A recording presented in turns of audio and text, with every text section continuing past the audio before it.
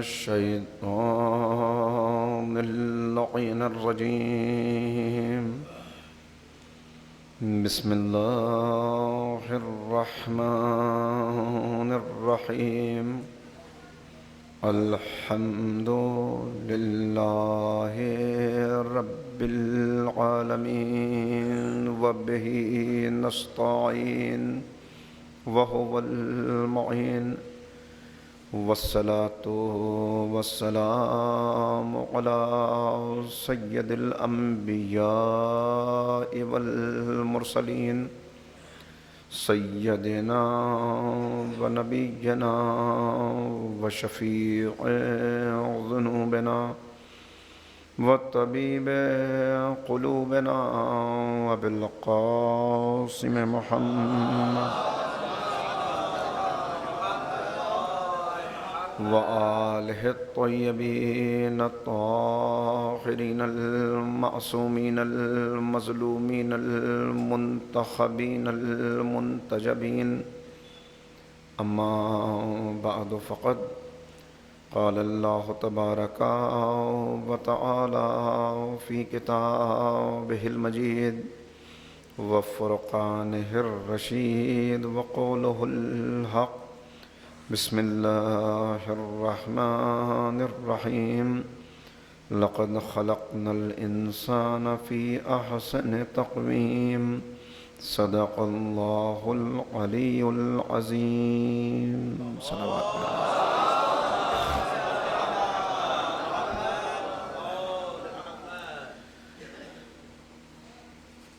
حاضرین مجلس،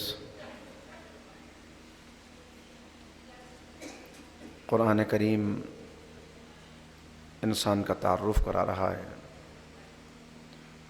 مختلف انداز سے انسان کو پہچانوایا گیا، اور یہ آیہ کریمہ جسے مسلسل آپ مجالس میں سنتے رہتے ہیں، اس میں اس حقیقت کو بے نقاب کیا گیا کہ انسان اشرف المخلوقات ہے، اسے احسن تقویم پر پیدا کیا گیا. ثم رددناہ اسفل سافلین، یہ بلند ہونے پر آتا ہے تو بہت بلند ہوتا ہے، اور جب گرنے پہ آتا ہے تو پستیوں کی بھی کوئی انتہا نہیں رہتی. میں نے ابتدا میں جو باتیں آپ کی خدمت میں اس وقت عرض کرنے کا ارادہ کیا ہے، ایک مرتبہ صلوات پڑھ لیں محمد و آل محمد.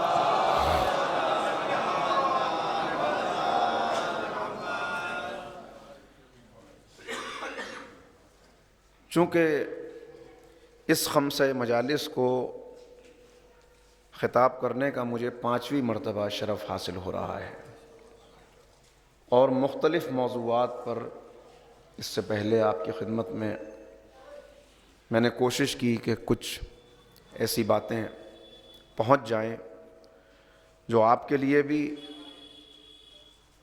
باعث اصلاح ہو جائیں اور میرے لیے بھی باعث نجات بن جائیں. اگر میرا حافظہ صحیح ساتھ دے رہا ہے تو سب سے پہلے سال ہمارا موضوع گفتگو تربیت اولاد تھا. اس کے بعد شعوری زندگی پہ گفتگو ہوئی. ایک سال امام زمانہ کی سیرت اور معرفت موضوع گفتگو قرار پائی، اور گزشتہ برس اسی موضوع کو آگے بڑھایا گیا. ایک مرتبہ سیرت حضرت فاطمہ زہرا پر بھی گفتگو کا شرف حاصل ہو چکا ہے.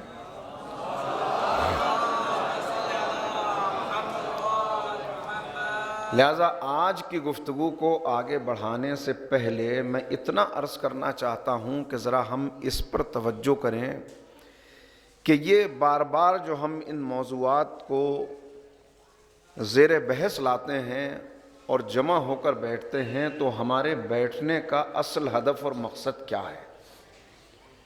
کیوں آخر ان اہم تاریخوں پہ ہم جمع ہوتے ہیں، گفتگو کرتے ہیں، گفتگو سنتے ہیں؟ ہر چیز کا ایک مقصد ہوتا ہے. اس گفتگو کا مقصد کیا ہے؟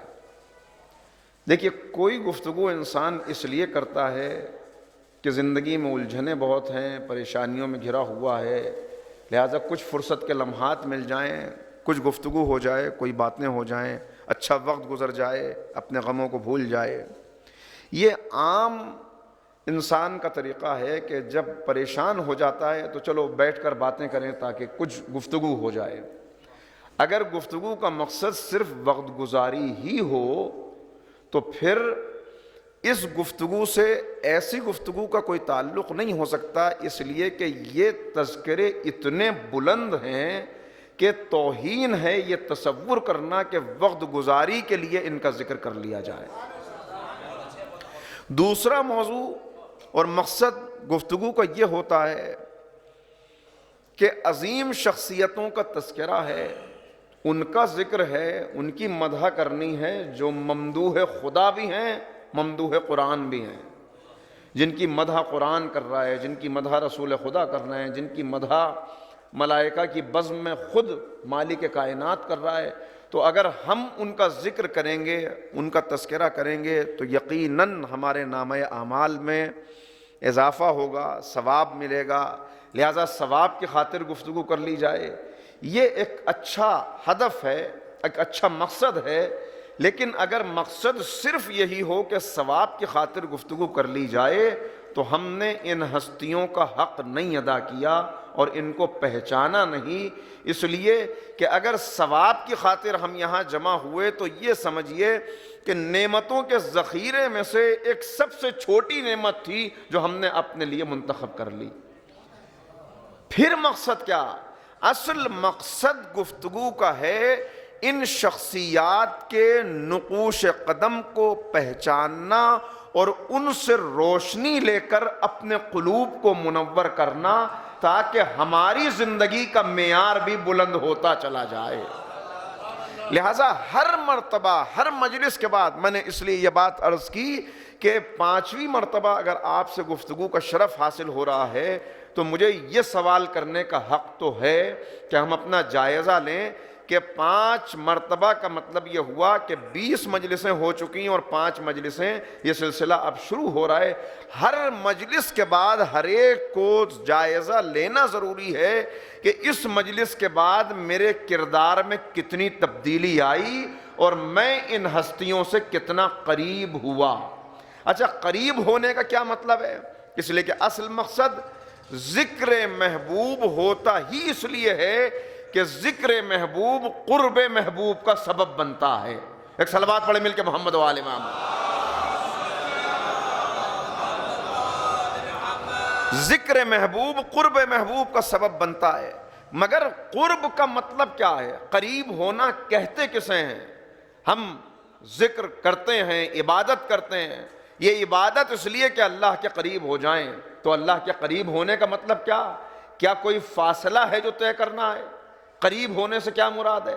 کیا اللہ سے قریب ہونے کا یہ مطلب ہے کہ ہم اپنا وطن چھوڑیں اور جا کے مکہ معظمہ میں ایک مکان بنا لیں تاکہ اللہ کے مکان کے برابر میں ہمارا مکان بھی ہو جائے، ہم بھی ہمسایہ ہو جائیں خانہ کعبہ کے اور اللہ کے قریب ہو جائیں؟ رسول اللہ کے قریب ہونا ہے تو کیا قریب ہونے کا مقصد یہی ہے کہ ہم یہاں سے چلے جائیں مدینے میں جا کر قیام کر لیں تاکہ رسول اللہ کے قریب ہو جائیں؟ یقیناً ان زمینوں کا، ان شہروں کا، ان مقدس مقامات تک پہنچ جانا یہ بھی انسان کے لیے بہت بڑی فضیلت ہے، لیکن قریب ہونا پہلے یہ دیکھیں کہ فاصلہ کس چیز کا ہے تاکہ یہ معلوم ہو سکے کہ قریب ہونے کا مطلب کیا ہے۔ کیا اللہ سے قریب ہونے کا مطلب مکے چلے جانا؟ کیا امام حسین سے قریب ہونے کا مطلب یہ کہ یہاں سے کربلا معلی چلے جائیں، وہیں سکونت اختیار کر لیں تاکہ ہم امام کے قریب ہو سکیں؟ نہیں، قریب ہونے کا مطلب یہ نہیں ہے، بلکہ قریب ہونے کا مطلب یہ ہے کہ ہم ان ہستیوں کی صفات کو دیکھیں اور پھر خود جائزہ لیں کہ ہم ان صفات میں ان سے قریب ہیں یا دور ہیں۔ اللہ عادل ہے، عادل ہے، اب مجھے اپنے اندر تلاش کرنا ہے۔ اگر میں ظالم ہوں تو مجھ میں اور اللہ میں اتنا ہی فاصلہ ہے کہ جتنا ظلم اور عدل میں ہوتا ہے۔ جب میں ظلم سے عدل کی طرف آ جاؤں گا تو اللہ کے قریب ہو جاؤں گا۔ پیغمبر اکرم خلق عظیم پر فائز ہیں. اگر میں بد اخلاق ہوں تو مجھ میں اور پیغمبر میں بڑا فاصلہ ہے. میرے اخلاق صحیح ہو جائیں گے تو میں پیغمبر اکرم کے قریب ہو جاؤں گا. امام حسین قربانیاں پیش کرنے والے ہیں جن کی زندگی کا پیغام قربانی ہے. اگر میں قربانی دینے کا جذبہ نہیں رکھتا اور غاصبانہ طور پر لوگوں کے مال پہ قبضہ کیے ہوں تو پھر میرا حسین سے کوئی تعلق نہیں ہے. مجھے اپنی یہ روش بدلنا پڑے گی تاکہ میں حسین ابن علی کے قریب ہو جاؤں. ایک صلوات پڑھے محمد و آل محمد. تو احسن تقویم پر انسان کو پیدا کیا گیا، بہترین وجود عطا کیا گیا. میں آپ کو متوجہ کروں تمہیدی مرحلوں میں آخر اتنی مخلوقات دنیا کے اندر پائی جاتی ہیں، ان مخلوقات میں انسان ہی میں کون سی فضیلت ہے کہ انسان کو یہ سند دی گئی کہ یہ اشرف المخلوقات ہے. اتنی مخلوقات میں اشرفیت کا تاج اسی کے سر پہ کیوں رکھا ہوا ہے؟ اعلیٰ اور عرفہ یہی کیوں ہے؟ آخر کیا رتبہ ہے، کیا مرتبہ ہے، کیوں اتنا بلند ہوا؟ میں نے یہ بات کل کی مجلس میں بھی عرض کی تھی. جو حضرات موجود تھے قصہ میں ان سے معذرت کے ساتھ اس لیے کہ تکرار کر رہا ہوں مطالب کی، لیکن اس لیے کہ اس سلسلہ گفتگو میں جو باتیں عرض کرنی ہے اس کے لیے بطور تمہید یہ گفتگو بڑی ضروری ہے. آخر کیا فضیلت ہے انسان کی کہ انسان اتنا بلند، کیوں اس کو اشرف کہا گیا؟ اگر مخلوقات کو آپ دیکھیں، جتنی مخلوقات دنیا میں پائی جاتی ہیں، بس میں آپ کو متوجہ کروں تو یہ مخلوقات، ان میں سے ہر مخلوق قدرت کا چھوٹا یا بڑا کارخانہ ہے. کارخانہ قدرت میں یہ تمام مخلوقات خود ایک کارخانہ ہیں جو کچھ لیتی ہیں اور اس کے بدلے میں کچھ عطا کرتی ہیں. دیکھیے توجہ فرمائیے گا، کچھ لیتی ہیں، کچھ کارخانہ کیا ہوتا ہے؟ لکڑی گئی فرنیچر بن کے آیا، سونا گیا زیورات بن کے آئے، لوہا گیا عالیشان قسم کی مشینیں ڈھل کے نکلیں. یعنی کارخانے میں خام مواد جاتا ہے اور کوئی بہترین شاہکار سامنے آتا ہے. خام مواد گیا، رو میٹیریل گیا، اس کے نتیجے میں ایک ماسٹر پیس سامنے آیا. تو اس اعتبار سے اگر ان مخلوقات کو آپ دیکھیں، میں ایک دو مثالیں دوں تاکہ بات واضح ہو. یہ مرغی ایک چھوٹی سی مخلوق ہے جسے دن رات ہم دیکھتے ہیں کوڑے کے ڈھیر پر اپنے پنجوں سے اپنی غذا تلاش کرتی ہوئی، ٹھونگے مارتی ہوئی، دن بھر غذا لینے کے بعد یہ آتی ہے اور اس کے بعد ایسی خام غذا کھانے کے بعد انڈے کی شکل میں بہترین نعمت ہے جو ہمارے دسترخوانوں کی زینت بن جاتی ہے. مویشی نکلتے ہیں صبح اپنے گھروں سے اور پھلوں کے چھلکے کھاتے ہیں، مختلف قسم کی سوکھی ہوئی گھاس کھاتے ہیں، ندی نالوں کا پانی پیتے ہیں. جو پانی یہ مویشی پیتے ہیں اگر ان کو لیبارٹری میں انالیسس کے لیے بھیجا جائے تو انسان کو حیرت ہو جاتی ہے کتنی بیماریاں ہیں، کتنی غلاظتیں ہیں، کتنے جراثیم ہیں جو اس گندے پانی کے اندر موجود ہیں. لیکن ایسی گندی غذا لینے کے بعد، ایسی خام اور ناقص غذا لینے کے بعد بہترین قسم کا دودھ ہے جو نعمت کی صورت میں سامنے آتا ہے. اور سورہ نحل میں ہمیں متوجہ کر کے کہا گیا کہ آخر تم کیوں غور نہیں کرتے؟ ذرا ان چوپایوں کو دیکھو تو صحیح، ذرا غور تو کرو کہ کیسے گوبر اور خون کے درمیان سے ہم میٹھا دودھ ہے جو تمہارے دہن تک پہنچا دیتے ہیں. نہ اس کے اندر گوبر کی بدبو ہے، نہ اس کے اندر گوشت کی بساند ہے، نہ اس کے اندر خون کا کوئی ملاوٹ ہے. اتنا پاکیزہ، اتنا شفاف کہ انسان کے گلے سے آسانی سے اتر جائے. تو اسے نشانی کے طور پر، اپنی نشانی کے طور پہ قدرت پیش کر رہی ہے کہ تم اس پہ غور کرو، تمہارے لیے غور و فکر کا موقع ہے. اور آگے بڑھیں، شہد کی مکھی کو دیکھیے، اتنا سا قدرت کا کارخانہ کہاں سے چلی، پھولوں سے رس لیا اور اس کے بعد شہد جیسی نعمت انسانوں کے لیے شفا کے طور پر سامنے آئی. تمام درختوں کو دیکھیں، یہ سارے درخت کوئی پھل ہم تک پہنچا رہا ہے، کوئی مختلف قسم کی غذائیں ہیں جو ہم تک آ رہی ہیں، یہ سب اس زمین سے اپنی غذا لیتے ہیں، سورج کے روشنی سے یہ کارخانہ غذا تیار کرتا ہے، اور اس کے بعد نعمتوں کا دسترخوان سج جاتا ہے، پھول میں خوشبو پیدا ہوتی ہے، پھلوں میں ذائقے پیدا ہوتے ہیں، مختلف قسم کے رنگ پیدا ہوتے ہیں، انسان کی نگاہیں خیرہ ہو جاتی ہیں، دسترخوان سجا ہوا ہے، ساری چیزیں موجود ہیں۔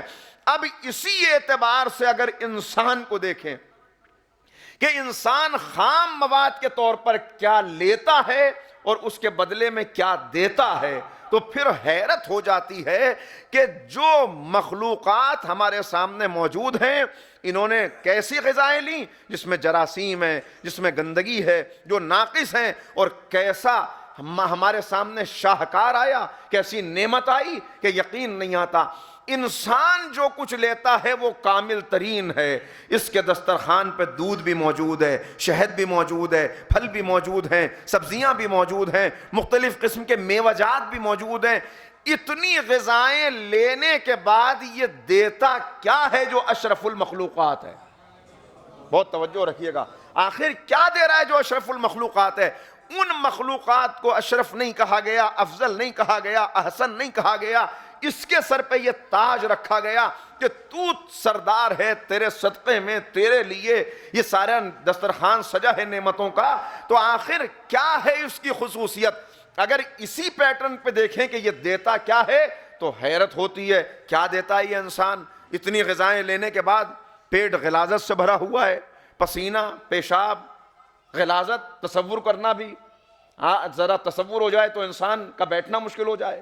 اسی لیے جملہ بار بار آپ کو سنایا ہے، پھر اس بار زبان پہ آ رہا ہے، اسی لیے مولا فرما رہے ہیں نہج البلاغہ میں کہ اللہ نے ہر انسان کو ایک پیٹ عطا کیا ہے، جب یہ خالی ہوتا ہے تو کہتا ہے مجھے بھر ورنہ تجھ کو ذلیل کر دوں گا، جب یہ بھر جاتا ہے تو کہتا ہے مجھے خالی کر ورنہ تجھ کو ذلیل کر دوں گا۔ اور جس انسان کے سامنے کوئی مقصد زندگی نہ ہو، اس کی پوری زندگی اسے بھرنے اور خالی کرنے میں ہی گزر جاتی ہے۔ انسان کیوں اشرف؟ اس لیے کہ انسان کے سامنے جب یہ غذائیں آتی ہیں، جب یہ نعمتیں آتی ہیں، تو ان نعمتوں کو دیکھتے ہی اس کی توجہ جاتی ہے نعمت کے عطا کرنے والے کی طرف کہ کون ہے جس نے یہ نعمتیں عطا کر دیں، اور جتنا جتنا وہ غور کرتا جاتا ہے اسے اپنی بے بسی کا احساس ہوتا جاتا ہے، اور اس قادر کی قدرت کا احساس اس کو یہ جذبہ پیدا کرتا ہے کہ میرا سر جھکنا چاہیے، لہذا جتنا غور کرتا ہے نعمتوں کو دیکھتا ہے اتنا اس کے سینے میں ایک نور پیدا ہوتا ہے، اسی نور کو معرفت کہتے ہیں۔ یہی معرفت ہے جو اسے بلند کر رہی ہے۔ اس معرفت کے مقابلے میں نہ دودھ کی کوئی قیمت ہے، نہ شہد کی کوئی قیمت ہے۔ یہ معرفت وہ ہے کہ دنیا میں کوئی ایسا ترازو نہیں بنا کہ جو بتا سکے کہ معرفت کی قدر و قیمت کیا ہے۔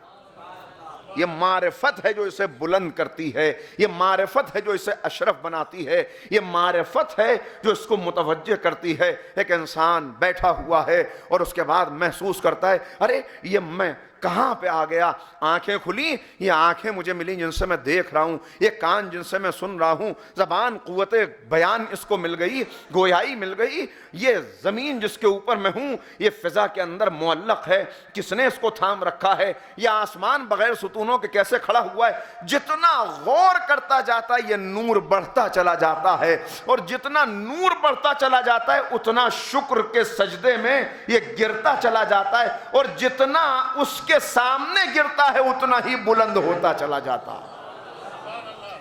صلوات پڑھ دے محمد و آل محمد۔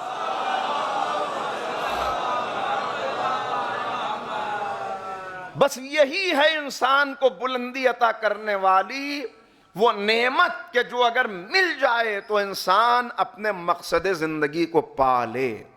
اس مرتبہ اس خمسہ مجالس کا عنوان مقصد زندگی، مقصد زندگی، مقصد زندگی تعلیمات حضرت فاطمہ زہرا کی روشنی میں۔ صلوات پڑھ دے محمد و آل محمد۔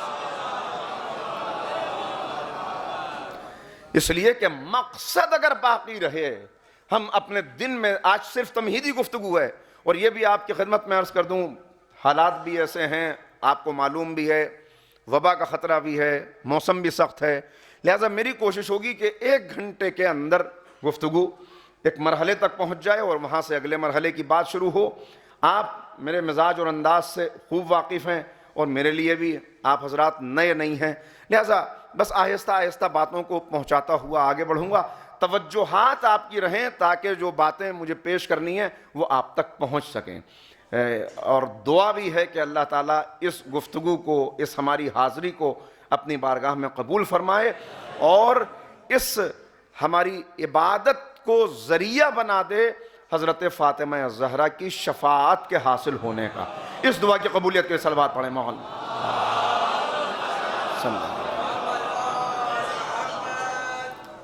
تو مقصد ہم اپنی زندگی میں دیکھتے ہیں، روزمرہ کی زندگی میں آپ دیکھتے ہیں کتنی چیزیں ہیں جو ہر دن ہم کوڑے میں ڈال دیتے ہیں، کتنی چیزیں جو گھروں سے نکال دیتے ہیں۔ یہ چیزیں جنہیں ہم گھروں سے نکالتے ہیں، یہ کیوں؟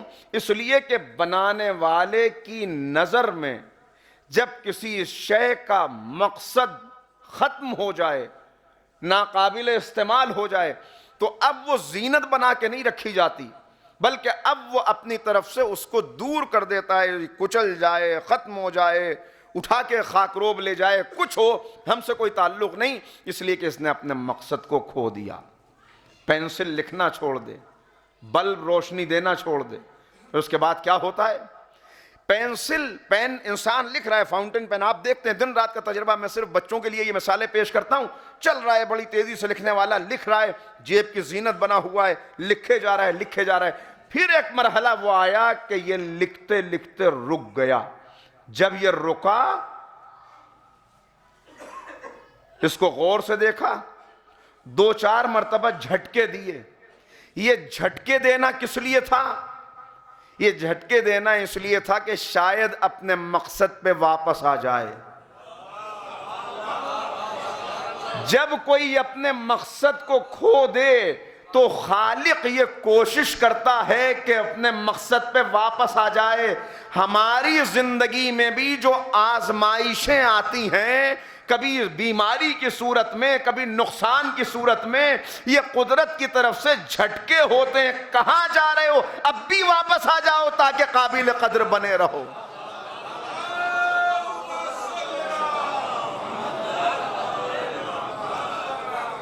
دو چار مرتبہ کوشش کی، چل جائے، نہیں چلا تو اب غصے میں آ کے اس کو رگڑنا شروع کر دیا، کبھی لکڑی کے اوپر چلا رہے ہیں، اور پھر جب کہا کہ اب یہ بیکار ہو گیا، جب بیکار ہوا، نظروں سے گر گیا، کہا اب چونکہ مقصد کھو گیا، لہذا اب جیب کی زینت نہیں بنے گا، اب اس سے کوئی تعلق نہیں رہا۔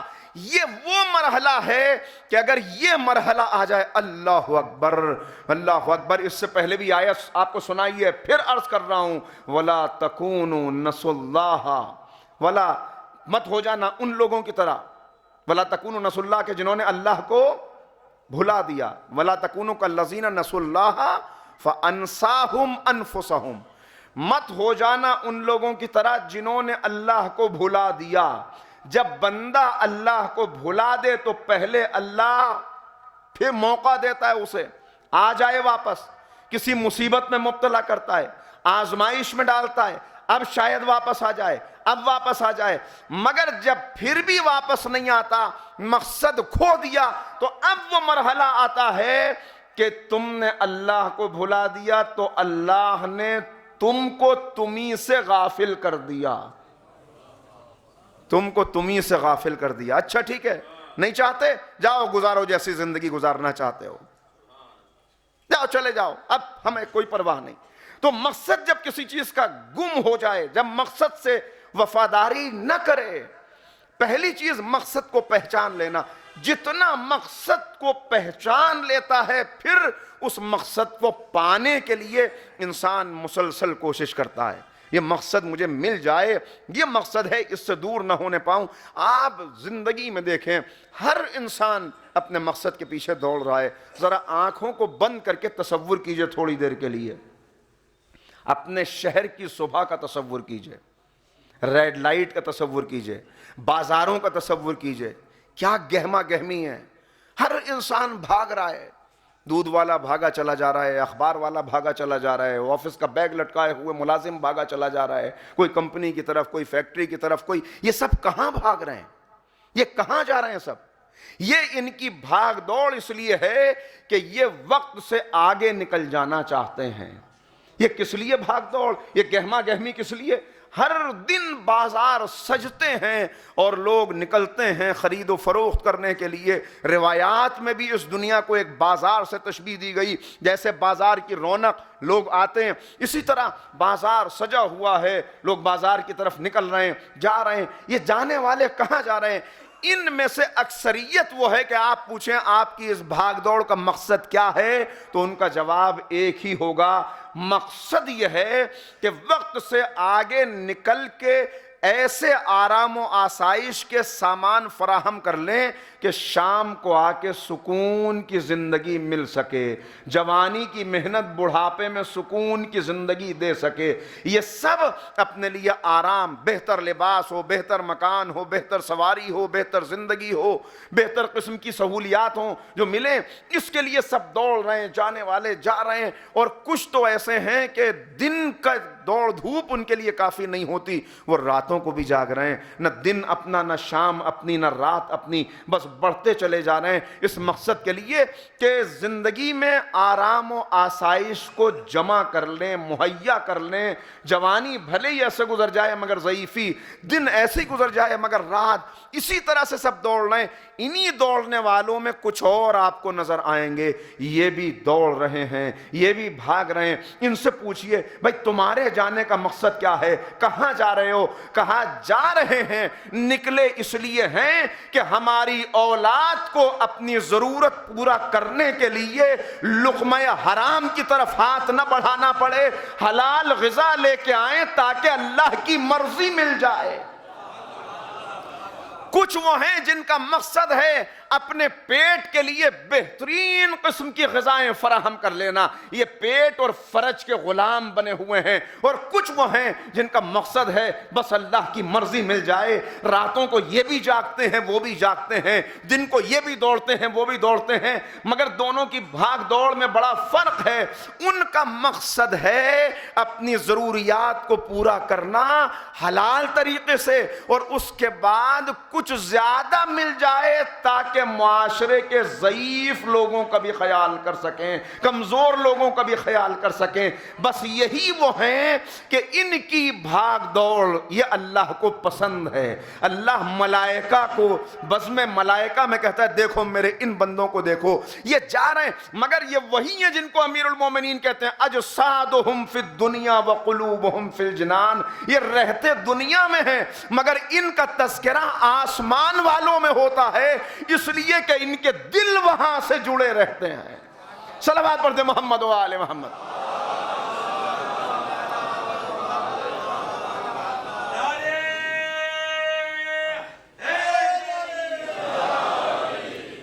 دیکھیں دنیا بھی انسان کو آسانی سے نہیں ملتی، دنیا کے لیے بھی محنت کرنی پڑتی ہے۔ کسی کو اقتدار کی اونچی کرسی تک پہنچنا ہے تو راتوں کی نیند جائے گی، کسی کو آگے بڑھنا ہے، ایک منزل حاصل کرنی ہے تو بڑی قربانی اس کے لیے دینی پڑے گی۔ اور شاید میں نے اس سے پہلے بھی یہ بات عرض کی ہو کہ یہ کاروان حیات چل ہی رہا ہے قربانیوں پر۔ اگر قربانیاں ایک لفظ میں اگر کسی سے سوال کیا جائے بھائی ایک لفظ میں بتا دیجئے کہ اسلام کیا ہے، اسلام کا ہم سے تقاضا کیا ہے، اسلام ہم سے کیا چاہتا ہے، بس ایک لفظ میں، تو وہ ایک لفظ ہوگا قربانی۔ اسلام ہم سے کیا چاہتا ہے؟ قربانی، قربانی، وقت کی قربانی، دولت کی قربانی، لذتوں کی قربانی، خواہشات کی قربانی، جوانی کی قربانی۔ اور قربانی نہ ہو، میں سچ آپ کی خدمت میں عرض کر رہا ہوں، وضاحت آگے چل کے کروں گا، اگر قربانی نہ ہو تو یہ معاشرہ جنگل کا معاشرہ بن جائے، جنگل راج ہر طرف نظر آنے لگے۔ آج جو یہ آپ کو پریشانیاں نظر آ رہی ہیں کس لیے کہ قربانی دینے والے قربانی دینے کے بجائے لوگوں کے گلوں کو اس طرح کاٹنا چاہتے ہیں جیسے کسان فصلیں کاٹتا ہے، خوش ہو رہے ہیں اسی کے اوپر۔ قربانی دینا، ایک آپ دیکھتے چلے جائیں، ایک ماں قربانی دیتی ہے تو گوشت کا ایک لوتھڑا انسان کامل بن جاتا ہے. ایک باپ قربانی دیتا ہے، اس کی کمر جھکتی چلی جاتی ہے، بیٹا جوان ہوتا چلا جاتا ہے. ایک کسان قربانی دیتا ہے، فصلیں وجود میں آتی ہیں. ایک استاد قربانی دیتا ہے، قابل فخر شاگرد سامنے آتا ہے. ایک سائنسداں قربانی دیتا ہے، ایجادات کی دنیا قربان ہوتی ہے. ایک شہید قربانی دیتا ہے، معاشرہ زندہ ہو جاتا ہے. قربانیوں کے اوپر حیات کا سلسلہ چل رہا ہے. قربانی دینے والے، اسلام کیا چاہتا ہے؟ قربانی، وضاحت آگے کروں گا، آج صرف میں نے آپ کی خدمت میں عرض کر دیا. تو قربانیاں، اب قربانی جب تک دینے والے دیتے رہیں اس وقت تک ساری چیزیں اپنے صحیح راستے پر گامزن رہتی ہیں. مگر کوئی قربانی کیوں دے؟ قربانی دینے والا قربانی کیوں دے؟ بغیر وجہ کے تو کوئی قربانی نہیں دے گا. کیوں آخر قربانی دے؟ دیکھیے، قربانی دینے کے پیچھے جو جذبہ ہو سکتا ہے، اس کی بھی وضاحت آج نہیں ہوگی، آج صرف اشارہ ہے. قربانی دینے والا قربانی اسی وقت دے گا جب اسے یہ امید ہو کہ جو میں چھوڑ رہا ہوں اس سے بہتر مجھے ملے گا. اس لیے کہ ہمیشہ بہتر پر کمتر کو قربان کیا جاتا ہے. انسان بیمار ہو جائے تو بکرا قربان کیا جاتا ہے، بکرا بیمار ہو جائے تو انسان کی قربانی نہیں دی جاتی. اس لیے کہ افضل پر کمتر کو قربان کیا جاتا ہے. وہ بچ جائے، وہ مل جائے، یہ چلا جائے. تو جب تک افضل کا تصور نہ ہو اور بالکل منزل واضح نہ ہو کہ یہ قربانی دوں گا اس کے بدلے میں ملے گا کیا، تب تک انسان خود غرض ہے. انسان یہ قربانی دے ہی نہیں سکتا، قربانی نہیں دے سکتا. یہ بہتر کی تمنا کہ مجھے بہتر اس سے مل جائے. لہٰذا یہ دنیا کی زندگی جو انسان کو اپنی طرف کھینچ رہی ہے، میں نے عرض کیا دنیا بھی یوں نہیں ملتی، یوں نہیں ملتی. بڑی قربانیاں، میں ایک دو مثالیں دے دوں ان بچوں اور جوانوں کے لیے تاکہ بات ان تک پہنچ جائے. کیسی قربانیاں دینی پڑتی ہیں. برطانیہ میں، انگلینڈ میں ایک بچہ پیدا ہوا. یہ بچہ جب پیدا ہوا 1848 کا زمانہ ہے اگر میرا حافظہ صحیح ساتھ دے رہا ہے. یہ بچہ جب پیدا ہوا تو اتنا کمزور تھا کہ اس کے سر کو چمڑے کی بیلٹ سے باندھنا پڑا.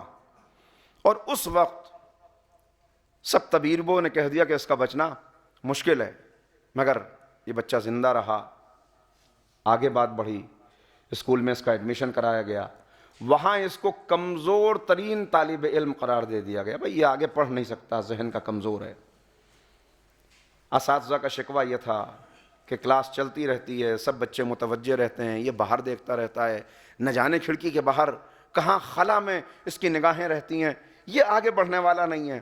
وقت گزرتا گیا اور سب نے یہ بتا دیا کہ یہ ناکام ہے، یہ کامیاب نہیں ہو سکتا، آگے نہیں بڑھ سکتا. مگر جب زمانہ آگے بڑھا تو اسی بچے کو دنیا نے نیوٹن کے نام سے جانا، جس نے سائنس کی دنیا میں ایک انقلاب بپا کر دیا.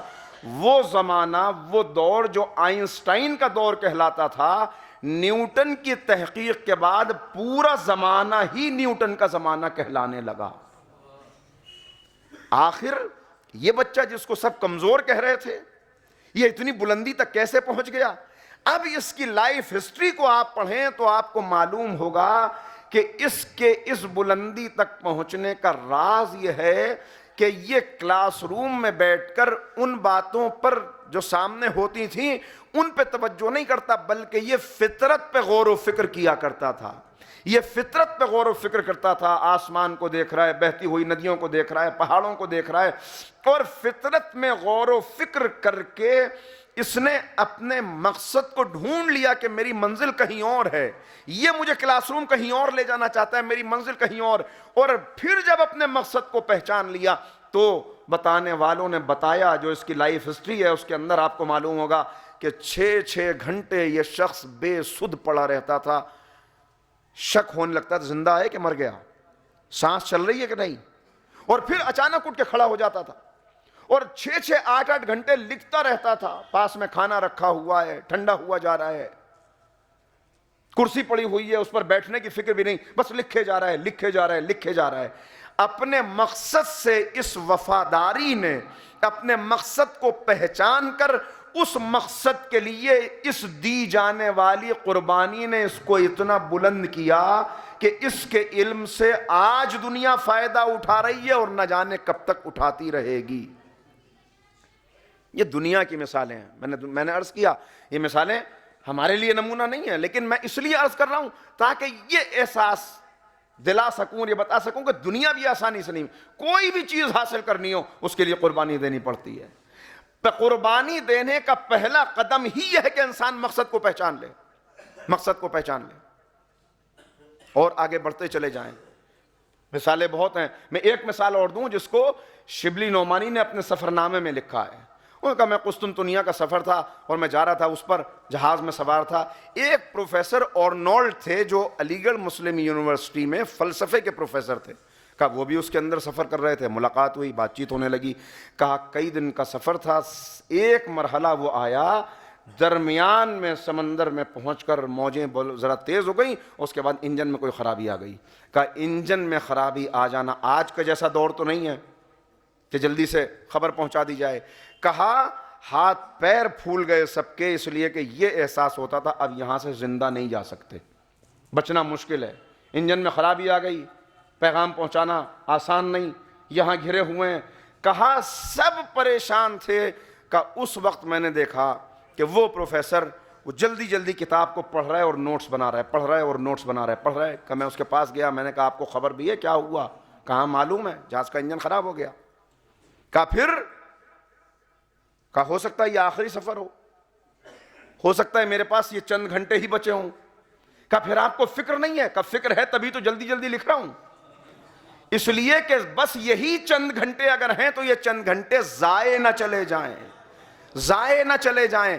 کہا کہ 8 گھنٹے گزر گئے اور 8 گھنٹے میں اس کی رفتار اسی انداز سے چلتی رہی، 8 گھنٹے کے بعد جہاز کے کپتان نے خبر دی کہ پریشان ہونے کی بات نہیں، قابو پا لیا گیا، خرابی معلوم ہو گئی، لیکن 8 گھنٹے تک یہ شخص اتنی تیزی سے لکھ رہا تھا کہ جیسے اس کی زندگی میں یہی 8 گھنٹے ہوں۔ ہم سب کی زندگی میں بھی ایسے ہی 8 گھنٹے ہیں، ان 8 گھنٹوں کو کسی کی زندگی میں 20 سال ہیں، کسی کے 25 سال ہیں، کسی پتہ کچھ نہیں ہے، مگر بس یہی وقت ہے کہ جو ہمیں اپنے مقصد تک پہنچانے والا ہے۔ ایک طالب علم تیزی سے لکھ رہا ہوتا ہے، یہ کیوں لکھ رہا ہوتا ہے؟ اس لیے کہ اسے معلوم ہے 3 گھنٹے ملے ہیں، نہ جانے کب آواز آ جائے اسٹاپ رائٹنگ، بس رک دو، اب ٹائم ختم ہو گیا، لہٰذا اسے معلوم ہے اس وقت جو کچھ لکھ لوں گا یہی ہے جو مجھے زندگی میں بلند کرنے والا ہے۔ ہم سب بھی اپنا نامہ اعمال خود لکھ رہے ہیں، لکھ رہا ہے فرشتہ مگر کر ہم رہے ہیں۔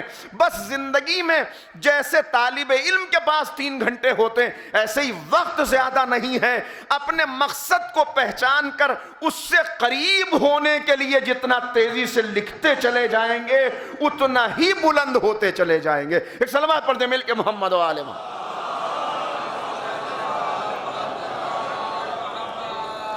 لہذا پہلا مرحلہ کہ اپنے مقصد کو انسان واضح رکھے، مقصد ہے خدا کی مرضی کو حاصل کر لینا۔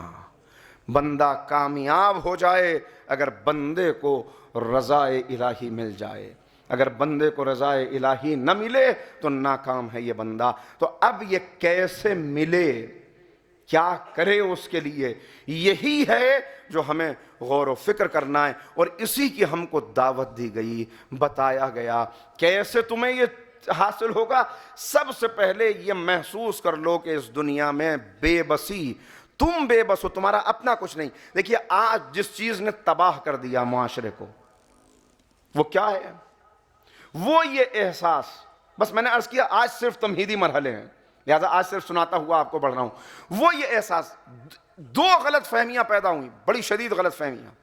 ایک، ہم آزاد ہیں، آزادی بڑی نعمت ہے، ہم آزاد ہیں لہذا ہمیں مکمل آزادی حاصل ہونا چاہیے، ہم پہ کوئی پابندی نہ ہو، کوئی رکاوٹ نہ ہو، کوئی کہنے والا کچھ نہ ہو، ہم آزاد ہیں، ہر چیز میں آزاد، آزادی بڑی نعمت ہے، دیکھنے میں آزاد، سننے میں آزاد، بولنے میں آزاد، چلنے میں آزاد، رشتے قائم کرنے میں آزاد، رشتوں کو توڑنے میں آزاد۔ لہذا آزاد معاشرہ ہونا چاہیے۔ ایک آزاد معاشرے میں ہم آزاد زندگی گزاریں تاکہ اس زندگی کا لطف حاصل کر سکیں۔ یہ اتنا بڑا فریب ہے جو ہمیشہ دیا جاتا رہا اور آج بھی دیا جا رہا ہے۔ حقیقتاً اگر انسان اپنی شخصیت پہ غور کر لے تو اس کو پتہ چل جائے گا کہ وہ آزاد نہیں ہے۔ کوئی بھی انسان جو یہ دعویٰ کرے کہ ہم آزاد ہیں، میں ان سے سوال کرتا ہوں اگر آپ آزاد ہیں تو بتائیے کس کس چیز میں آزاد ہیں؟ آئیے آپ کی زندگی کے پہلے مرحلے سے سوال کروں، آزاد ہیں؟ آزاد ہیں تو بتائیے کہ کیوں کسی غریب کے گھر کا چشم و چراغ بن کے پیدا ہوئے؟ اگر انسان کو انتخاب کا حق مل جاتا تو ہر انسان کسی بادشاہ کا بیٹا بن کے پیدا ہونا چاہتا، مگر کیا میرا انتخاب ہے؟ میں کس گھر میں پیدا ہوں گا، کس باپ کا بیٹا بنوں گا، کیا رنگ ہوگا، کیا نسل ہوگی، کیا زبان ہوگی، کیا علاقہ ہوگا، کیا اس میں میرا کوئی اختیار ہے؟ کوئی اختیار نہیں، اس میں میرا کوئی اختیار نہیں۔ یعنی میں آزاد ہیں۔ اچھا آزاد ہیں تو اپنی اس آزادی کو ثابت کیجئے۔ بالوں کو سفید نہ ہونے دیجئے گا، آپ آزاد ہیں۔ چہرے پہ جھریاں نہ آنے پائیں، آپ آزاد ہیں۔ آنکھوں پہ چشمہ نہ لگنے پائے، آپ آزاد ہیں۔ بصارت اور بصیرت، سماعت کمزور نہ ہونے پائے کہ آپ آزاد ہیں۔ کمر جھکنے نہ پائے، آزاد ہیں۔ عزیزو بس یہی فریب ہے، کیونکہ انسان نے غور نہیں کیا۔ آزاد ہیں، آزاد، لہذا آزادی ملنا چاہیے۔ آزادی کا نعرہ لے کے کھڑا ہوا ایک گروپ، اس نے پریشر بنانا شروع کیا، صاحب ہمیں اپنی چوائس ہماری ہونی چاہیے۔ اچھا ٹھیک ہے، ملک کا قانون بدلا، قانون ان کے آگے جھکا کہ بدل دو۔ 10 سال گزرے، پھر 10 سال کے بعد جو ایک نئی نسل وجود میں آئی، اس نے کہا جو ایگزسٹنگ ویلیوز ہیں ان سے ہمیں کیا لینا دینا، نہیں ہمیں تو یہ آزادی چاہیے۔ اس آزادی نے بڑھتے بڑھتے انسان کو کہاں پہنچا دیا؟ اب کیا کچھ ہو رہا ہے میں تو ممبر سے بیان نہیں کر سکتا، آپ مجھ سے بہتر جانتے ہیں۔ کہ ہم آزاد ہیں، چاہے مرد مرد رشتہ قائم کریں، ہم آزاد ہیں، بس اس کے آگے حد ادب ہے، میں کہوں گا نہیں۔ میں سوال کرتا ہوں آزاد، دیکھیے بس اتنا سمجھ لیجئے عزیزو، انسان نہ مکمل طور پہ آزاد ہے نہ مکمل مجبور۔ ہم اپنی اسپیشیز کے اعتبار سے کچھ مجبوریاں ہیں جو رکھتے ہیں، اور جینیٹک اعتبار سے بھی کچھ مجبوریاں ہیں جو رکھتے ہیں۔ میں نے عرض کیا کس باپ کے بیٹے بنیں گے یہ ہمارا اختیار نہیں۔ اسپیشیز کے اعتبار سے کیا کمزوریاں ہیں؟ پانی میں مچھلی کو تیرتے ہوئے دیکھ کر انسان ایسی مشین بنا سکتا ہے کہ اس سے بھی زیادہ تیز رفتار سے سمندر کا سفر کر لے، اس سے بھی زیادہ گہرائی میں اتر کے سمندر کے رازوں کو معلوم کر لے، ایسی پنڈبی بنا سکتا ہے۔ لیکن بغیر آکسیجن ساتھ لیے جیسے مچھلی پانی کے اندر زندگی بسر کر رہی ہے میں بھی بسر کرنے لگوں، یہ ممکن نہیں، یہاں تم مجبور ہو۔ فضا میں پرندے کو پرواز کرتے ہوئے دیکھ کر ایسا جہاز بنا سکتا ہے کہ 300 مسافر فضا میں پرواز کر جائیں، مگر بغیر کسی سائنسی ایجاد کا سہارا لیے میں بھی پرندے کی طرح پرواز کرنے لگوں، یہاں مجبور ہوں، نہیں کر سکتا۔ اپنے اوپر غور کریں۔ جب سے میں پیدا ہوا یہ دل کی مشین ٹک ٹک ٹک چلی جا رہی ہے، میں سو جاتا ہوں، اس کو آرام نہیں ملتا۔ آج جب میں سوؤں گا تو اس کو بھی سلا لوں گا تاکہ اس کو بھی ریسٹ مل جائے۔ کہا اگر اس کو سلا دیا تو آپ اٹھیں گے نہیں، 4 کندھوں پر اٹھائے جائیں گے۔ یہ جیسے چل رہی ہے میرا کوئی اختیار نہیں۔ یہ بلڈ سرکولیشن ہے، یہ کلوک وائز چلتا ہے، میں اس کو اینٹی کلوک وائز چلا دوں، میرا اختیار نہیں، میرا اختیار نہیں۔ یہاں تمہارا اختیار نہیں، اب بہت توجہ رکھیے گا، یہاں اختیار نہیں، یہاں تم مجبور ہو۔ پھر اختیار کہاں ہے؟ کا اختیار یہ ہے کہ اس خالق نے آنکھ خلق کی اور تمہیں اس کا مالک بنا دیا. تم اس کے حقیقی مالک نہیں ہو, حقیقی مالک نہیں ہو. اگر تم اس کے حقیقی مالک ہوتے تو کسی کی آنکھ ضائع ہی نہ ہونے پاتی, بینائی کمزور ہی نہ ہونے پاتی, مگر وہ اس نے عطا کر کے اختیار بھی تمہیں دے دیا. دل کیسے دھڑک رہا ہے میری مرضی سے چل جائے, اختیار نہیں. سرکولیشن میری مرضی سے چلے, اختیار نہیں. ہوا میں پرواز کروں, اختیار نہیں. مگر یہ ہاتھ خلق کر کے تمہیں دیا, یہ آنکھ تمہیں دی, یہ کان تمہیں دیے, دیکھنا یہ تمہارا اختیار ہے. ہاتھ کو کہاں چلاؤ اختیار ہے. چاہے ظالم کا گریبان پکڑ لو, چاہے کسی کو دھکا دے کر آگے بڑھ جاؤ, یہ ہے اختیار. آنکھ چاہے چہرہ نامحرم کو دیکھو یا خانہ کعبہ کے پردے کو دیکھ لو, یہ ہے اختیار. کان چاہے تلاوت سن لو, چاہے گالیوں کی آوازیں سن لو, میوزک سن لو, یہ ہے اختیار. اب یہ اس ارحم الراحمین کا بڑا کرم ہے کہ اس نے کہا جہاں تمہارا اختیار نہیں ہے وہاں ہم تم سے کوئی سوال نہیں کریں گے. بہت توجہ, بہت توجہ. جہاں تمہارا اختیار نہیں وہاں تم سے کوئی سوال نہیں. جہاں تمہارا اختیار ہے, حقیقی اختیار نہیں ہے, ہم ہی نے دیا ہے وہ بھی, مگر وہاں تم سے سوال کریں گے. ہاتھ کیسے اٹھایا, قدم کہاں بڑھایا, نگاہ کس طرف چلی, دیکھا کیسے, سنا کیا, یہاں ہوگا سوال. اور پھر اس نے ہم اپنے مقصد سے دور نہ چلے جائیں, لہذا انبیاء و مرسلین کو بھیجا, ائمہ طاہرین کو بھیجا, شہزادی کونین کو بھیجا. کیوں بھیجا؟ تاکہ وہ آ کے یہ بتائیں کہ اپنے مقصد سے دور نہ چلے جانا. بہت توجہ. اور انہوں نے آ کے جو کچھ کہا, اہل ادب موجود ہیں, زبان دانوں کا مجمع ہے, لہذا بس جلدی سے انہوں نے آ کے کہا کہ تمہارے اختیارات جو ہیں, اگر تم اپنے اختیار کو اپنے اختیار سے رب کے اختیار میں دے دو,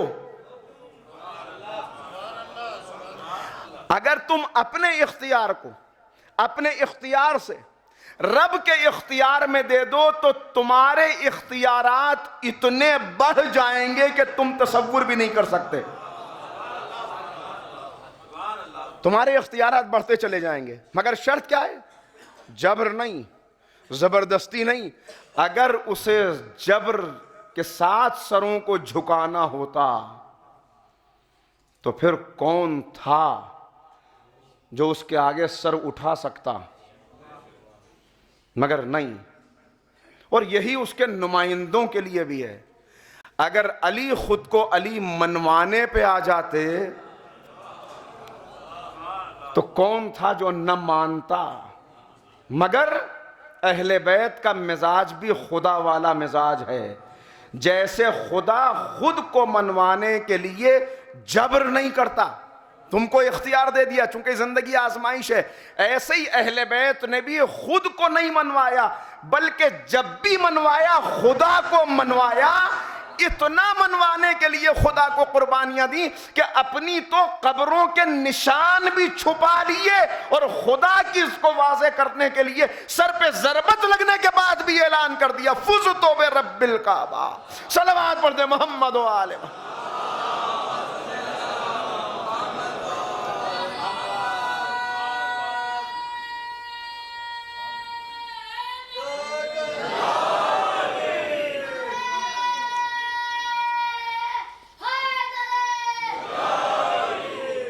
تو کہا تم کو جو اختیارات دیے, اگر ان اختیارات کو اپنے اختیار سے رب کے اختیار میں دے دو تو پھر تم دیکھو گے. میں نے کیا عرض کیا, قربانی کوئی کیوں دے جب تک اسے یہ یقین نہ ہو کہ اس قربانی کا انعام ملنے والا ہے.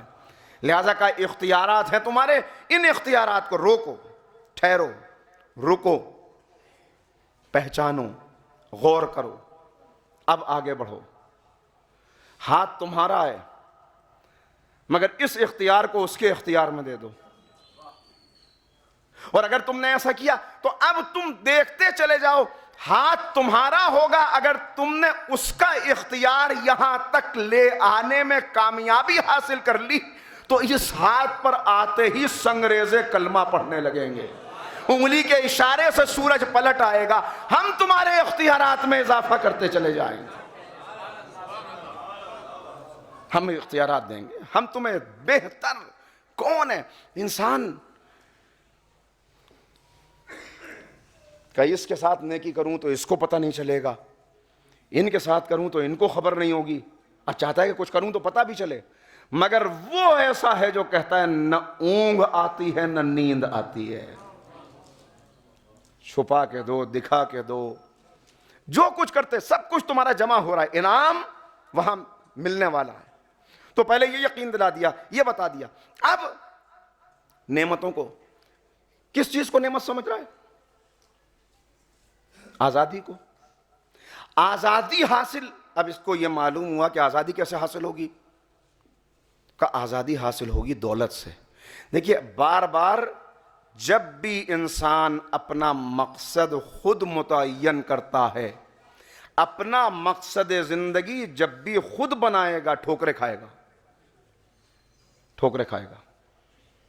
ایک بچہ روتا ہے، ماں نے دودھ کی بوتل پہنچائی، یہ خاموش ہو گیا، اس لیے کہ اس کی زندگی کا مقصد ہے غذا حاصل کر لینا، بس یہ اتنا ہی جانتا ہے، اسے اتنا ہی معلوم ہے۔ لیکن پھر دیکھیں جب مقصد جیسے جیسے یہ شعور کی منزلیں طے کرتا ہے، مقصد بدلتا ہے، ذرا سا آگے بڑھا، وہی دودھ جس کے لیے یہ مچل جاتا تھا، وہی دودھ جس کے لیے یہ رو پڑتا تھا، اب ماں دودھ کی بوتل لے کے پیچھے پیچھے دوڑ رہی ہے، اور یہ دودھ پینے کے لیے تیار نہیں ہے، اس لیے کہ اب اس کی زندگی کا مقصد ہے کھیلنا، کھلونے، یہ چمکدار چیزیں، یہ اس کو اپنی طرف متوجہ کر رہی ہیں۔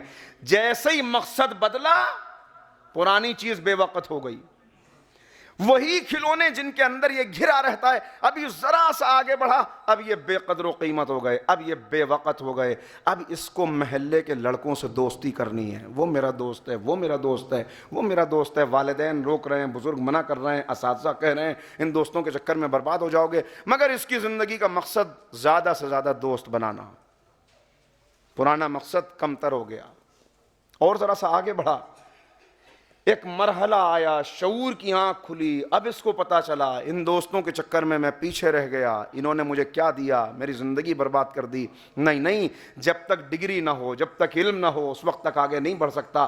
تو اب وہی جو کل تک دوستوں کے حلقے میں رہتا تھا، اب وہ راتوں کو جاگ رہا ہے، اب اس کو احساس ہو گیا، اب وہ دن رات محنت کر رہا ہے، کھانا بھول گیا، نیند بھول گیا، سب کچھ بھول گیا، نہ تقریب میں جا رہا ہے، نہ شادیوں میں شرکت کر رہا ہے، بس پڑھ رہا ہے، ڈگری حاصل کرنی ہے، اب اس کی زندگی کا مقصد ڈگری حاصل کر لی۔ اب خیال یہ تھا کہ ڈگری آنے کے بعد کمپنی کے گیٹ پہ میرا استقبال کیا جائے گا، مگر اب جب وہاں پہنچا تو اسے معلوم ہوا کہ جب تک سیاسی اثر و رسوخ نہ ہو اور ایک 10ویں فیل کے آگے گڑ گڑانا نہ پڑے، اس وقت تک تیری یہ ڈگری بیکار ہے۔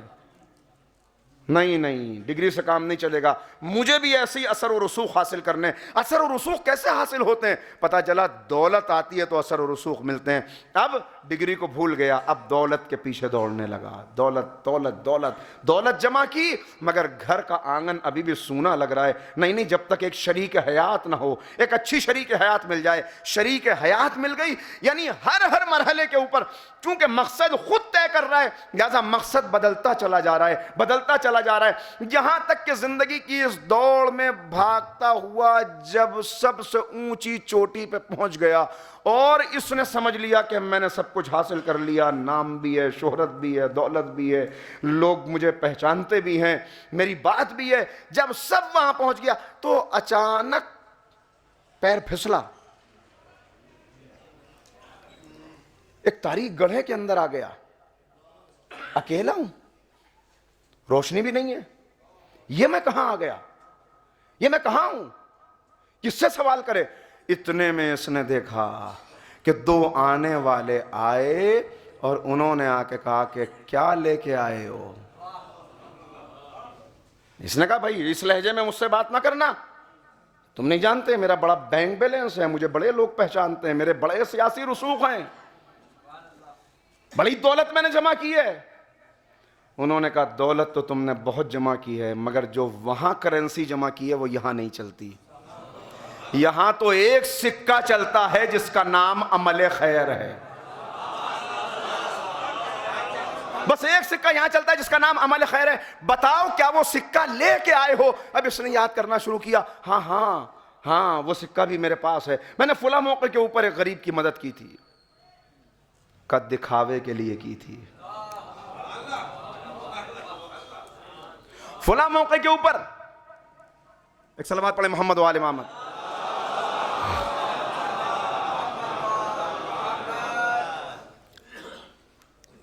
فلاں موقع کے اوپر ایک یتیم کی سرپرستی کی تھی.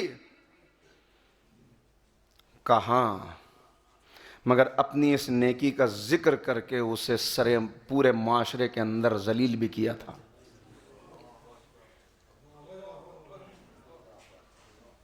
ہاں نیکیاں تم نے کی تھی مگر اس کا صلہ تو وہیں مل گیا. سوچتا رہا، بہت سوچتا رہا، پھر کہا کہ ہاں مگر ایک موقع ایسا تھا، ایک انجان شخص مجھے ملا، میں تو اس کو پہچانتا بھی نہیں تھا، مجھے پتہ بھی نہیں تھا وہ کون ہے. اس کی حالت زار پر رحم کھا کے میں نے اس کی مالی امداد کی تھی. کہاں یہ نیکی بے لوث تھی، دکھاوے سے پاک تھی، غرض سے پاک تھی. یہ نیکی تو تھی جو تمہارے نامہ اعمال میں تھی، مگر اس نیکی کا صلہ بھی تمہیں دنیا ہی میں مل گیا. یہ نیکی بھی یہاں تک ٹرانسفر نہیں ہو پائی. کہ کیوں ٹرانسفر نہیں ہو پائی؟ کہ اس لیے کہ تم نے وہ اکاؤنٹ ہی نہیں کھولا جس میں عمل خیر کا سکہ جمع ہو. کہ وہ کون سا اکاؤنٹ؟ کہ اس اکاؤنٹ کا نام ہے محبت اہل بیت. محبت اہل بیت کا اکاؤنٹ ہو تو عمل خیر کا سکہ یہاں تک پہنچتا ہے.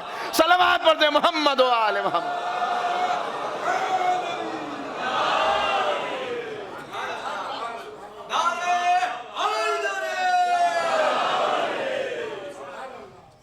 مقصد، اپنا مقصد جب بھی انسان خود طے کرے گا، لغزشیں ہوں گی، ٹھوکریں کھائے گا اور اپنے مقصد سے دور ہوتا چلا جائے گا.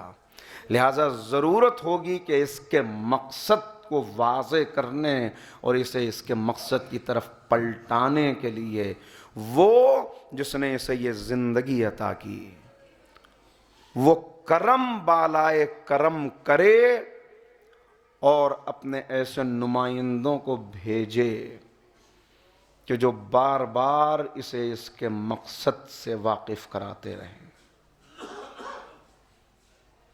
قربانیاں دیتے رہیں، مقصد سے واقف کراتے. میں نے عرض کیا وقت ختم ہو گیا، آج کی حد تک بات آگے بڑھے گی انشاءاللہ، مگر بس اتنا. اللہ اکبر. ایک معصوم کی قربانی، اور کیسی قربانیاں ہیں. میں نے عرض کیا کہ دنیا تو انہیں مٹانا چاہتی ہی تھی.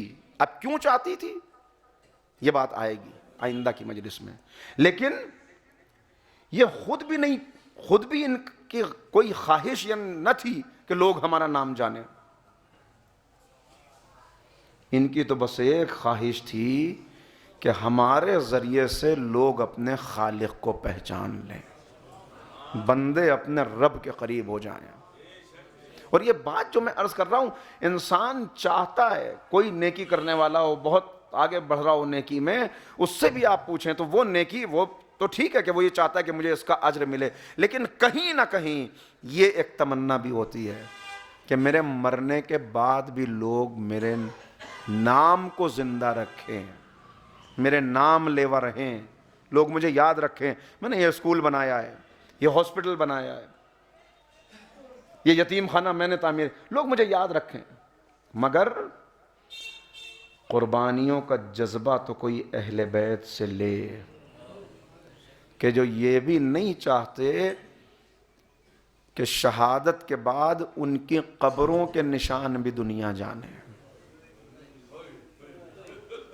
چھٹے امام کے دور تک لوگوں کو پتا بھی نہ تھا کہ مولائے کائنات کا مدفن کہاں ہے۔ شہزادی کونین وصیت کر رہی ہیں، یا علی مجھے دفن کرنے کے بعد میرے نشان قبر کو مٹا دیجئے گا۔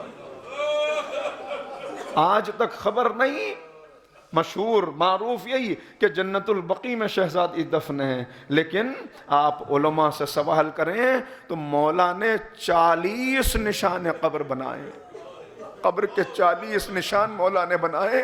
آج تک یقین کے ساتھ کوئی نہیں بتا سکتا شہزادی کہاں پہ دفن ہے۔ یہ کتنی بڑی مظلومیت ہے۔ ارے ایسے قربانی دینے والے بھی ہوں کہ جو یہ چاہیں ہمارا نشان بھی چاہے باقی نہ رہے، مگر بندے خالق کو بھولنے نہ۔ قربانیاں کس لیے؟ بندے خالق کو بھولنے نہ پائیں۔ اور یہ میں یوں ہی نہیں عرض کر رہا اللہ اکبر، میں نہیں میرے سامنے منظر ہے۔ کون سے منظر؟ ایک تو وہ بی بی کہ جس کے پہلو شکستہ ہیں، جس کا پہلو شکستہ، جس کی پسلیاں ٹوٹی ہوئی ہیں، اور اس کے بعد بھی جب وصیت کر رہی ہیں، کیا وصیت ہے؟ یا علی میری قبر کو تنہا نہ چھوڑ دیجئے گا، بلکہ روز آ کے تلاوت قرآن کیا کیجئے، کچھ دیر میری قبر پہ تلاوت قرآن کیا کیجئے گا۔ اللہ اکبر، قبر کو مخفی بھی رکھنا ہے، تلاوت بھی کرنی ہے، کتنی ذمہ داریاں ہیں مولا کائنات کی، مگر کس لیے کہ بندوں تک یہ پیغام پہنچ جائے، بندوں کو معلوم ہو جائے۔ پورا خطبہ اٹھا کے دیکھیے گا، خطبہ فدق، اگر موقع ملا تو بات آئے گی، کس طرح اہل بیت نے، شہزادی کونین نے کس طرح اللہ کا تعارف کرایا، کس طرح بندوں کو رب سے قریب کرنے کی کوشش کی، اور اس کے لیے کیا کیا مصائب برداشت کیے، کیا کیا ظلم ہوئے۔ ہاں روایت میں نے اس سے پہلے بھی پڑھی ہے، مگر پھر زبان پہ آ رہی ہے کہ شہزادی علیل ہیں، امام حسین کی ولادت کے دن قریب ہیں، رسول اللہ عیادت کے لیے آئے، پیغمبر عیادت کے لیے پہنچے۔ جب پہنچے عیادت کی، جانے لگے کہ بابا ذرا رک جائیے، میرے کچھ سوالات ہیں۔ بابا یہ بچہ جو میرے بطن میں ہے یہ مجھ سے کچھ سوال کرتا ہے، یہ مجھ سے کچھ پوچھتا ہے۔ کہ فاطمہ بچہ کیا کہتا ہے؟ کہ بابا مجھے ایسا محسوس ہوتا ہے یہ بچہ کہہ رہا ہے اماں میں بڑا پیاسا ہوں۔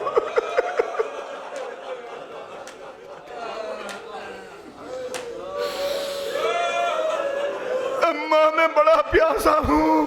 پیغمبر کی آنکھوں میں آنسو آ گئے، کہا فاطمہ اس کی پیاس دنیا میں، اللہ اکبر، کہ اس کی پیاس ہے اے فاطمہ، اے فاطمہ۔ بچہ سچ کہتا ہے کہ بابا بچہ اور بھی کچھ کہتا ہے کہ فاطمہ کیا کہتا ہے؟ کہ بچہ کہتا ہے اماں میں غریب الوطن ہوں۔ پیغمبر تڑپ گئے، کہا فاطمہ اس کا وطن اس سے چھڑا لیا جائے گا، مدینے سے بہت دور دیار غیر میں اس کی شہادت ہوگی۔ کہا بابا اور بھی بچہ کچھ کہتا ہے کہ فاطمہ رک جاؤ، ایک مرتبہ کہا علی ذرا بازوؤں کو پکڑ لو، ذرا سہارا دے دو، فاطمہ برداشت نہ کر سکیں گی۔ علی آگے بڑھے، سہارا دیا، کہا بیٹی اب بتاؤ۔ کہا بابا یہ بچہ مجھ سے کہتا ہے اماں میں برہنہ ہوں۔ کہا فاطمہ اس کی شہادت کے بعد اس کا لباس لوٹ لیا جائے گا۔ ارے یہی بات تو تھی جو سید الشہداء کہہ رہے تھے، جب زینب نے دیکھا کہ بوسیدہ لباس کو بھی چاک چاک کر رہے ہیں، کہا بھیا یہ تو پہلے ہی پرانا لباس ہے، اسے چاک چاک کیوں کیا؟ کہا اے بہن اگر امت اسے بھی باقی رہنے دے۔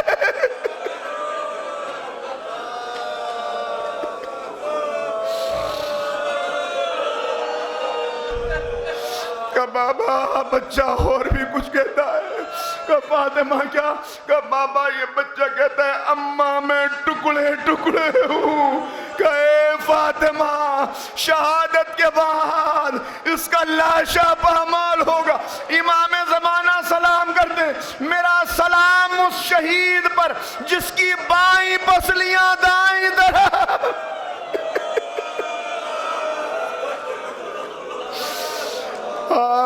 کسی نے امامہ لوٹا، کسی نے ابا اتاری، اور ایک ظالم جس کا خود کا بیان ہے، گفتگو یہاں پر رک رہی ہے، خود کا بیان ہے، میں نے دیکھا جب میں پہنچا کچھ باقی نہ تھا جو میں لوٹ سکتا، مگر تبھی میری نظر پڑی سید کی انگلی میں ایک انگوٹھی تھی، میں آگے بڑھا تاکہ اس انگوٹھی کو اتار سکوں، مگر خون جم گیا تھا، انگلی پہ ورم تھا، انگوٹھی کا اتارنا ممکن نہ تھا۔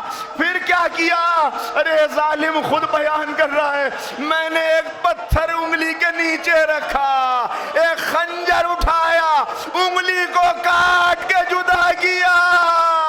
کبھی کچھ دیر گزری تھی، آسمان سے ایک ہماری اتری، ایک بزرگ آئے، ایک بی بی، وہ بی بی کہتی تھی بابا بابا میرا حسین، اے بابا مجھے اجازت دے دیجئے زخموں سے خون صاف کر لوں، اپنے بچے کو آغوش میں لے لوں۔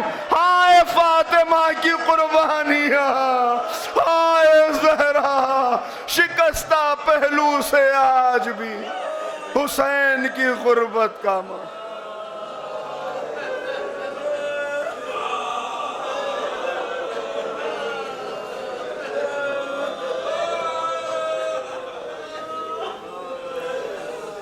بار الہ اس عبادت کو اپنی بارگاہ میں شرف قبولیت عنایت فرما۔ معبود اہل بیت کے چاہنے والے جہاں جہاں ہیں، جان مال عزت و آبرو کی حفاظت فرما۔ بار الہ جو مقروض ہیں ان کے قرضوں کو غیب سے ادا فرما، جو بیمار ہیں انہیں شفاء کاملہ واجلہ عنایت فرما۔ بار الہ جو مومنین ان مجالس میں گزشتہ برسوں میں شرکت کرتے رہے اور اس سال ہمارے درمیان نہیں ہیں، ان کے درجات کو بلند فرما۔ بار الہ جن مومنین نے جب جب ان مجلسوں میں دام درم قدم سخن کسی بھی طرح سے کوئی حصہ لیا، بار الہ ان کے رزق میں برکت عنایت فرما، ان کی توفیقات میں اضافہ فرما، ان کے مرحومین و مرحومات کے درجات کو بلند فرما۔ بار الہ اس وبا سے انسانیت کو نجات عنایت فرما۔ اس ذکر کے صدقے میں ہمارے ائمہ طاہرین کو ہم سر راضی و خوشنود فرما۔ بار الہ امام کے ظہور میں تعجیل فرما، ہمیں امام کے انصار و ایوان میں شمار فرما۔ حضرات ایک مرتبہ سورہ حمد اور 3 مرتبہ سورہ اخلاص کی تلاوت فرما کر، ابھی آپ نے سنا کہ شہید قاسم سلیمانی کا بھی آج برسی ہے، اور تمام حاضرین مجلس جو موجود ہیں ان سب کے مرحومین و مرحومات کو، اور جنہوں نے کسی بھی طرح سے حصہ لیا ان کے مرحومین سب کے لیے سورہ فاتحہ۔ بسم اللہ الرحمن الرحیم۔